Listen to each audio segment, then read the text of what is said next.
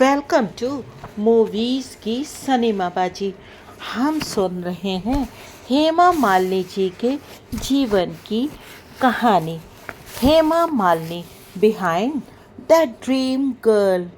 अभी तक की कहानी में हमने सुना कि हेमा जी और धर्म जी पहली बार एक फिल्म के प्रीमियर के दौरान सन 1969 में मिले थे और हेमा जी को देखते ही धर्म जी ने अपनी बगल में बैठे शशि कपूर जी से कहा था, कुड़ी चंगी है।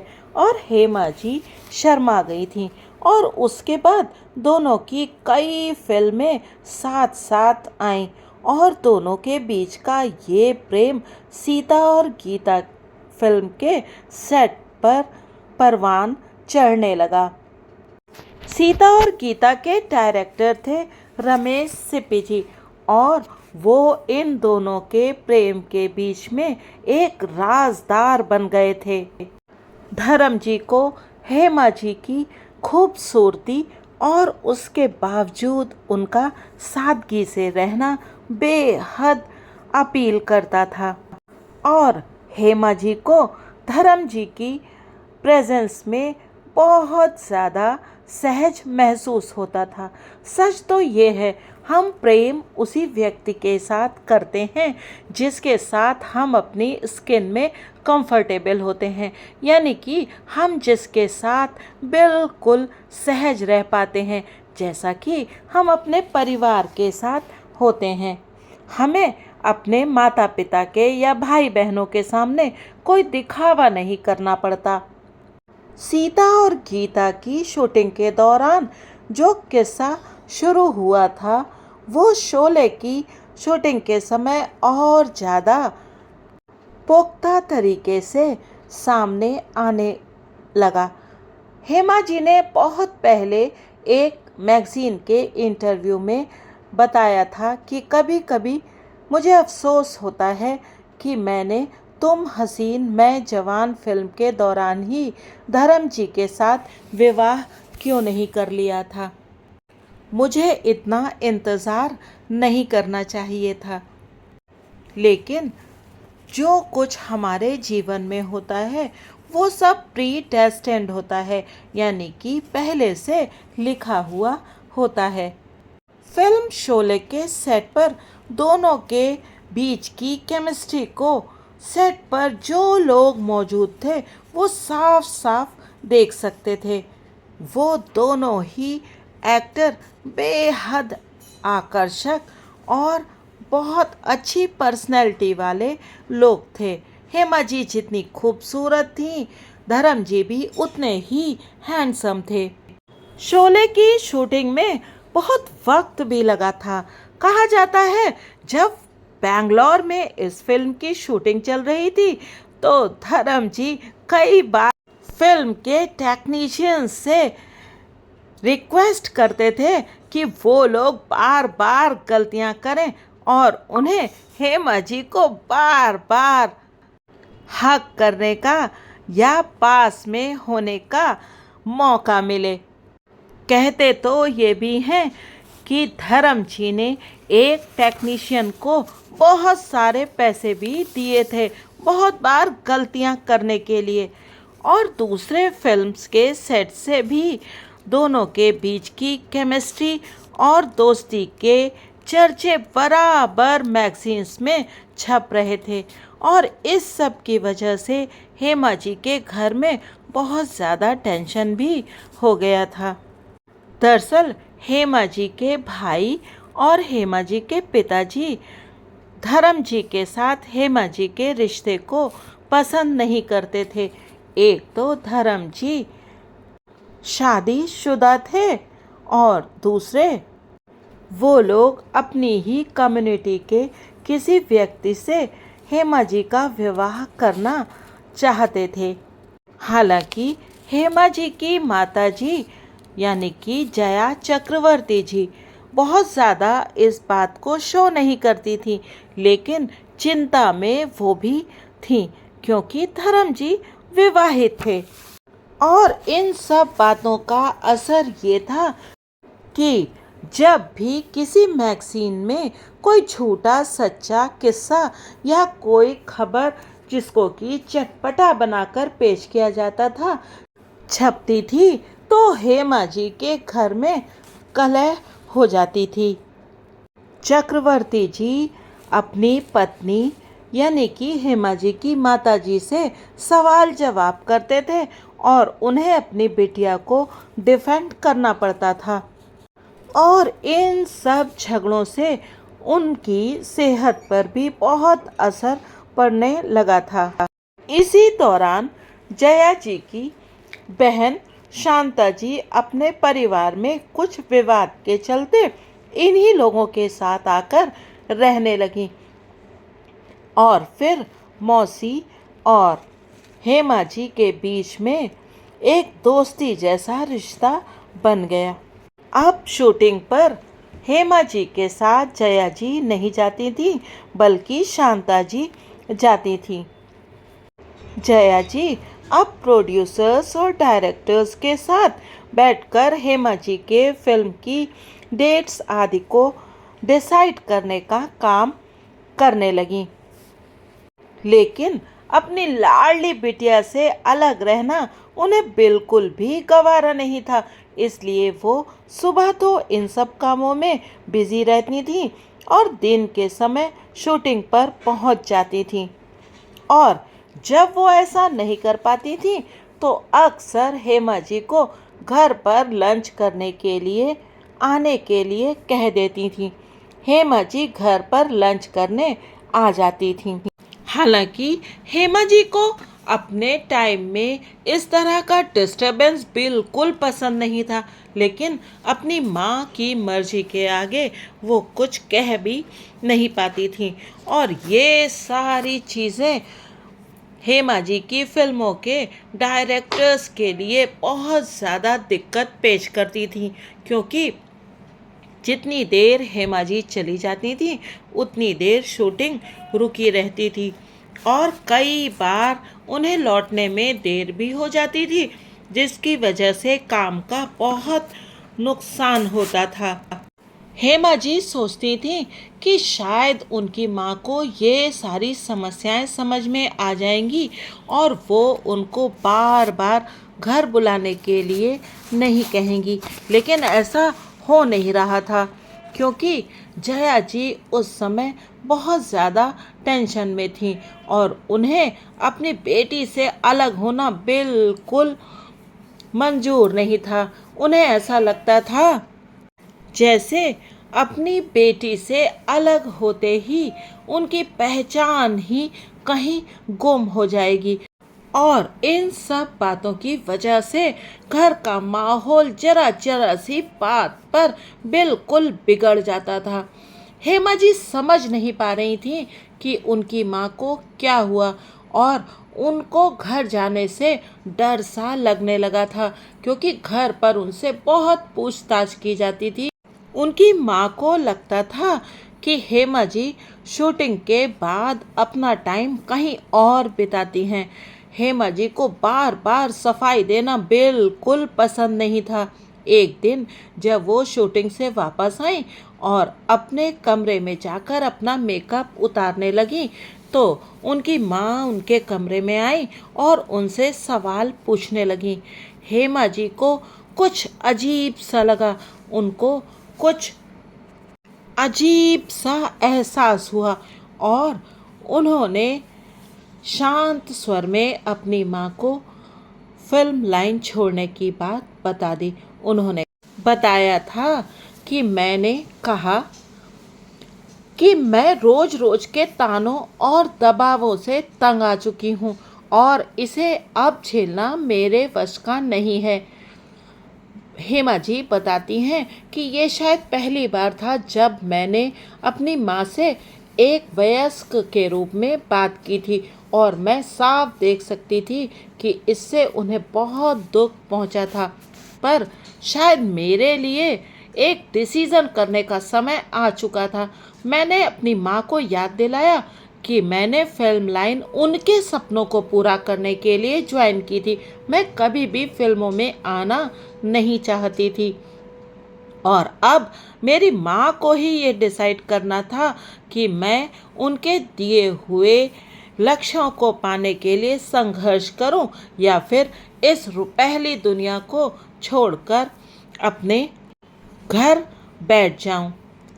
इसके बाद उन्होंने सारे मामले की गंभीरता को समझा और अपने कदम पीछे खींच लिए। यानी कि हेमा जी की माताजी ने इस सिचुएशन को समझ करके फिर अपने कदम पीछे हटा लिए। हेमा जी बताती हैं, शायद आज मैं उनके पर्सपेक्टिव को या दृष्टिकोण को उस समय की तुलना में ज़्यादा अच्छी तरह समझ सकती हूँ। उनके लिए अपनी बेटिया से अलग होना इतना आसान नहीं था, पर मेरे लिए भी ये बिल्कुल आसान नहीं था। शायद यही स्टारडम की कीमत होती है। एक सीमा के बाद कुछ एकदम पास के जुड़े हुए रिश्तों को, बंधनों को काटना ही पड़ता है ताकि आप हवा में ऊंची उड़ान उड़ सकें। अब जबकि हेमा जी के प्रति जया जी ने दबाव डालना बंद कर दिया था, तो वो एकदम से अकेला सा महसूस करने लगी थी। हेमा जी बताती हैं, मैं करीब 20 साल की ही थी और अप्पा को मेरी शादी की चिंता थी और वो इसको लेकर बहुत परेशान थे। वो मेरे लिए भावी जीवन साथियों के फोटोग्राफ्स लाते थे और मुझसे सहमति देने के लिए पूछते थे। मैं अनमने ढंग से उन पर एक नज़र डाल लेती थी और बिना कुछ कहे उन्हें वापस भी कर देती थी। मेरे पिताजी मुझसे हमेशा पूछते थे कि मैंने क्या सोचा और मेरा क्या जवाब है। मेरे पास कभी कोई उस चीज़ का जवाब होता ही नहीं था। मेरे मन में धर्म जी के प्रति बहुत आकर्षण था, पर इसे खुलकर कह पाने की हिम्मत मुझ में नहीं थी। मेरे मन में ये बात भी थी कि उनके शादीशुदा होने के कारण ये रिश्ता व्यर्थ ही था, पर अपनी असाधारण परिस्थितियों के कारण मैं उनका साथ छोड़ना भी नहीं चाहती थी। फिल्मी सेट पर बने एक निर्दोष मित्रता के रिश्ते ने धीरे धीरे अत्यधिक लगाव का स्वरूप ले लिया था। वो मुझे हंसाते रहते थे और मैं बहुत अच्छा फील करती थी। जब भी वो मेरे आसपास होते थे, मैं हमेशा चहकती रहती थी, क्योंकि हम बहुत सारी फिल्में एक साथ कर रहे थे। इसीलिए हमारे आसपास की सरकमस्टेंसेस भी ऐसी बन गई थी कि हम हर समय साथ ही रह रहे थे। और सच्चाई तो ये है कि धर्म जी और हेमा जी की जोड़ी शायद रुपहले पर्दे की सबसे शानदार और हिट जोड़ी रही थी। डायरेक्टर्स दोनों को एक साथ साइन करने के लिए लाइनें लगाए रहते थे। दोनों ने बहुत सारी फिल्में एक साथ की थीं। प्रमोद चक्रवर्ती जी ने 4 फिल्मों में इस जोड़ी को एक साथ लिया था। नया जमाना, जुगनू, ड्रीम गर्ल और आज़ाद। और दुलाल गुहा जी की 3 फिल्में थीं, दोस्त, प्रतिज्ञा और दिल का हीरा। और सारी की सारी फिल्में दोनों की जोड़ी के साथ सफल रही थीं। इसके अलावा रामानंद सागर जी की चरस, थेरुमुगम जी की माँ, मनमोहन देसाई जी की चाचा भतीजा, रवि चोपड़ा जी की the burning train, Vasu Chatterjee ji की दिल लगी, मोहन सहगल जी की राजा जानी और सम्राट, हरमेश मल्होत्रा जी की पत्थर और पायल, उमेश मेहरा जी की अली बाबा और 40 चोर और विश्वजीत चटर्जी जी की कहते हैं मुझे राजा। दोनों की जोड़ी उस समय की सबसे पॉपुलर जोड़ी थी और दर्शक तो इस जोड़ी के जैसे दीवाने हो गए थे। अगर फिल्म में धर्मेंद्र और हेमा जी एक साथ होते थे तो लोग उस फिल्म को देखने के लिए लाइनें लगा देते थे। हेमा जी बताती हैं कि एक दिन एक फिल्म में जब शूटिंग चल रही थी तो एक सीन के बीच में धर्म जी ने हेमा जी से पूछा, क्या तुम मुझसे प्यार करती हो? हेमा जी बताती हैं, मेरा दिल धक से रह गया और मैं तुरंत कोई जवाब नहीं दे पाई और फिर मैंने कहा, मैं उसी आदमी से प्यार करूंगी जो मुझसे शादी करेगा। धर्म जी ने फिर जोर दिया, ये तो कोई जवाब ही नहीं हुआ। और हेमा जी बताती हैं, मैंने जवाब दिया, हाँ मेरा जवाब तो यही है। हेमा जी और धर्म जी का ये रिश्ता उस समय फिल्मी मैगजीन्स के लिए सबसे ज़्यादा बिकने वाला हॉट टॉपिक था। कई मैगजीन्स जो गॉसिप निकालती थी वो बहुत सारी शरारत वाली बातें भी छापती थीं और इस सब से हेमा जी के घर की शांति बिल्कुल भंग हो जाती थी। ये मैगजीन्स हेमा जी के परिवार को इस तरह से बदनाम करती थी कि वो लोग हेमा जी को बहुत अधिक दबाव में रखते हैं और धर्म जी के लिए कहा जाता था कि वो अपने परिवार को सामने ही नहीं लाना चाहते हैं और हमेशा पर्दे के पीछे रखते हैं। धर्म जी की पहली पत्नी प्रकाश कौर जी उनके साथ किसी फिल्मी कार्यक्रम में शामिल होते नहीं देखी जाती थी। वो पारिवारिक कार्यक्रमों में ही धर्म जी के साथ रहती थी और इस तरह की नेगेटिव बातें दोनों के लिए बहुत परेशानी का कारण बन रही थीं।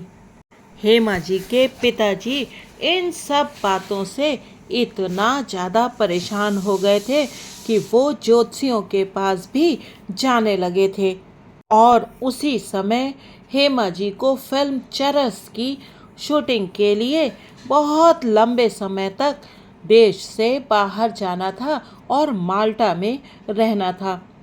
और हेमा जी बताती हैं, मेरे पिता शूटिंग के लिए मेरे साथ जाने पर एकदम आमादा से हो गए थे।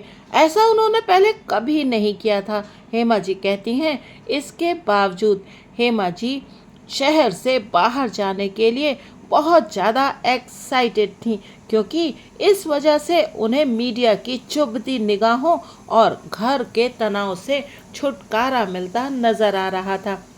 लेकिन माल्टा में भी चीज़ें उतनी आसान नहीं थीं और यहाँ एक अलग तरह का प्रेशर झेलना पड़ रहा था।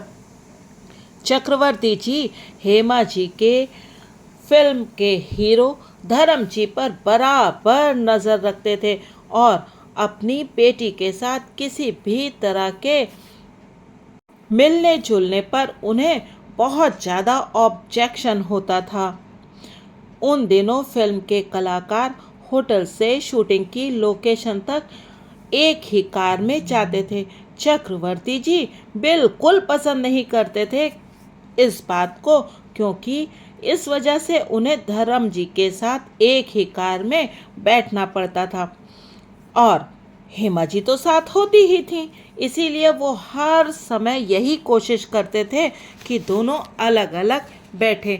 जैसे ही हेमा जी कार में बैठती थी वो बताती हैं कि मेरे पिताजी मुझे तमिल में चेतावनी देते हुए कार में कोने की सीट पर बैठने के लिए कहते थे और खुद आकर मेरी बगल में बैठ जाते। पर धर्म जी भी अप्पा से कुछ कम नहीं थे। अंतिम समय में कोई न कोई बहाना करके वो मेरी तरफ वाले दरवाजे से अंदर आ जाते थे। अब मैं बीच में ढकेल दी जाती थी और धर्म जी मेरी बगल में बैठ जाते थे। आज इस तरह की बचकानी हरकतों पर हंसी आती है, पर यकीन मानिए उस वक्त ये सब कतई मजाकिया नहीं था। मैं दो ऐसे लोगों के बीच में फंस गई थी जो कि एक दूसरे से चिढ़ते थे और मैं उन दोनों से ही बहुत प्यार करती थी और दोनों के बीच में सुलह कराने का मेरे पास कोई भी रास्ता नहीं था। और इस सारी सिचुएशन में एक और इंटरेस्टिंग बात ये थी कि चक्रवर्ती बाबूजी को धर्म जी के बारे में कोई खास आपत्ति नहीं थी, सिवाय इसके कि वो हेमा जी को बहुत प्यार करते थे। वास्तव में फुर्सत के कुछ पलों में जब वो एक दूसरे के खिलाफ खड़े नहीं होते थे, उनकी आपस में बहुत जमती भी थी। शूटिंग के बीच के कुछ गैप्स में हेमा जी दोनों को गप्पे लड़ाते पाती थी और तब उनका मन करता था काश ये माहौल हमेशा बना रहे। पर एक दुर्भाग्यपूर्ण बात ये थी कि चक्रवर्ती परिवार में हर कोई धर्म जी को पसंद करता था, पर दामाद के रूप में अपनाने को तैयार नहीं था और इसका कारण बिल्कुल स्पष्ट था। अब तक हेमा जी के दोनों भाई भी अपने अपने कामों में बिल्कुल मगन हो गए थे। Kannan state bank of India में स्टाफ ऑफिसर हो गए थे और उनकी पोस्टिंग कोलकाता में हो गई थी। उनकी शादी परिवार के द्वारा चुनी गई एक आयंगर लड़की प्रभा जी से हुई थी और दूसरे भाई जगन्नाथ न्यू इंडिया इंश्योरेंस की मुंबई शाखा में कार्यरत थे और उनकी शादी एक गुजराती साथ में काम करने वाली स्मिता जी के साथ हुई थी। अब पूरे परिवार में चिंता थी तो बस हेमा जी की, जिनकी शादी अभी तक नहीं हुई थी और ये धीरे धीरे एक बहुत सेंसिटिव टॉपिक होता जा रहा था। जया जी तो अपनी बेटी के लिए वर्क खोजने की जैसे मिशन पर ही लग गई थीं। उन्होंने एक्टर, डायरेक्टर और राइटर गिरीश कर्नाड जी को अपनी खुद बनने वाली 2 फिल्मों के लिए साइन कर लिया था, स्वामी और रत्नदीप, क्योंकि उनको लगता था गिरीश कर्नाड जी हेमा जी के लिए बिल्कुल परफेक्ट हैं। और उन्होंने धीरज कुमार जी को एक निर्माता के रूप में भी इसी कारण बहुत बढ़ावा दिया। पर हेमा जी को इन सब में कोई इंटरेस्ट नहीं था और जया जी की सारी प्लानिंग फेल हो गई। हेमा जी तो कुछ और ही चाहती थी। फिल्मों की शूटिंग के दौरान दिन भर वो प्रेम दृश्यों को, गानों को पहाड़ों की वादियों में और सुंदर सुंदर लोकेशंस पर एक्ट करती रहती थी, लेकिन अपनी उनकी खुद की प्रेम कहानी तो आगे बढ़ती ही नहीं थी।